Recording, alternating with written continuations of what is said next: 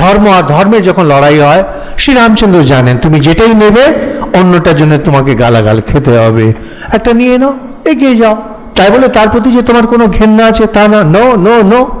যখন রাবণকে তিনি মেরে দিয়েছেন, তিনি লক্ষ্মণকে বলছেন, তিনি বিভীষণকে বলছেন, যাও রাজকীয় সম্মানে তার অন্ত্যেষ্টি করো, যতদিন মানুষ বেঁচে থাকে শত্রুতা ততদিন। রাবণ মরে গেছে, তার সঙ্গে কোনো শত্রুতা নেই, কোনো ভেনম নেই। আপনি যদি পড়েন, শ্রীরামচন্দ্র সাফ করছেন, অসুরদের মারছেন, লোকেদের পানিশমেন্ট দিচ্ছেন, অনেক কিছু করছেন, কোথাও কিন্তু ভেনম নেই। ভেনম মানে বিষ। তাকে মারতে গিয়ে তোকে শেষ করে দেবো, তোর গোষ্ঠীকে শেষ করে দেবো, নো নো নো, একবারে নো। যখন বালি মারা গেছে, তিনি তার যে স্ত্রী তারা, তাকে পুরো সম্মান দিয়েছেন। তার ছেলে অঙ্গদ, তাকে রীতিমতো কমান্ডার বানিয়ে রাখলেন, চিরদিনই রাখলেন, ভালোবেসে রাখলেন। সীতাকে বনবাস দিতে হলো, পরিস্থিতিতে দিলেন।